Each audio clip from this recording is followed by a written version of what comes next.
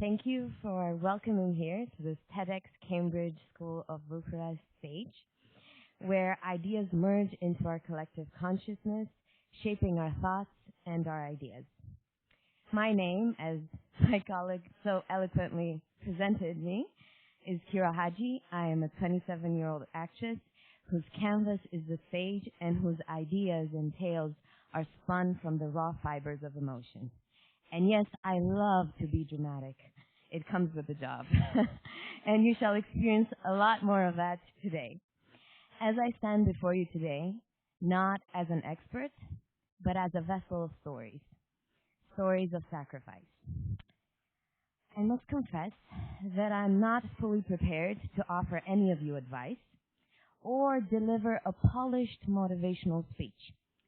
Yet, I will share with you insights into my life, particularly how experiences, if they are positive ones, can be beacons of inspiration. Each one of us here is a living, breathing narrative, woven into the intricate tapestries of our own lives. Our stories most surely differ, but there is a common thread that binds us. That thread, I call it sacrifice, a testament to our shared humanity. So, before I dive into my speech, I invite you to reflect on how dreams are constructed and how they connect us to the sacrifices we make to achieve the ultimate prize. Are you thinking about it? Maybe. There often comes a moment when you realize that something, be it an action or a hobby, a project, you name it, just clicks for you. It's seldom as a clear-cut epiphany, or like in the movies, when you wake up with a profound certainty that dedicating your life to this pursuit will bring you happiness in your old age. Well, dreams are cultivated within us slowly. They take shape during years, well, maybe days, let's start with days, months, but gradually into years. We tend to follow them holding our breath, always hoping that maybe this last attempt will fulfill all our aspirations. Well, what seems like our last attempt is actually just the beginning to an infinite sequence. Dear audience, let's take a quick detour down memory lane, a time an idea dropped me at life's crossroads and dared me to pick a direction. Kind of like deciding if you want to hit the snooze button in the morning or waking up for school. In your case. In my case, waking up for work. A mentor once told me when I was about your age, right now when you're 16, 17, 18, right, you're exactly right, that highlighting to me that the path of least resistance is quitting and blaming others, not choosing to risk or to sacrifice. This, unfortunately, is why accomplishing a dream remains elusive to many of us here. Regardless of the challenges, I have built a steadfast belief. I know that might sound arrogant, but it's true. And you may ask, which is that? Well, if I were to give up, it would not be due to exhausted opportunities or insurmountable external hurdles, but because I decided it wasn't worth the continued struggle. So giving up is essentially self-sabotage, creating unnecessary boundaries for yourself. Now you might wonder, why is this girl or woman bringing up this story right now? Well, it's because someone in my life who, despite all the curveballs that life has thrown his way, has chosen to not give up, to risk over fear, to choose forgiveness over violence. That person is my grandfather. You see him here on the right, on your right. We've arrived now to the most compelling narrative which I want to share with all of you today. It is not of my own crafting. It is one that has been handed down to me, a legacy of sacrifice steeped into my family's history. My grandfather, or as I call him, Papu Vlachbey, and how he has shown me the true meaning of sacrifice. Now I want you to consider what sacrifice means to you. No, really, I will stop. Please consider. Take 10 seconds. What is the first thing that pops up into your mind? Would anybody answer me? No one? Giving something away. Right. Right. Giving something up that you absolutely love. That's also true. Well, reflect, please, on the prices for your comfort, for your freedom of speech, and education. The tale of my grandfather is a narrative of survival, of hope, and the relentless pursuit of freedom. It's the story that traverses the tumultuous periods of war, migration, and the iron grip of communism. It wasn't long ago that Romania resembled a black and white movie, marked by separation and survival.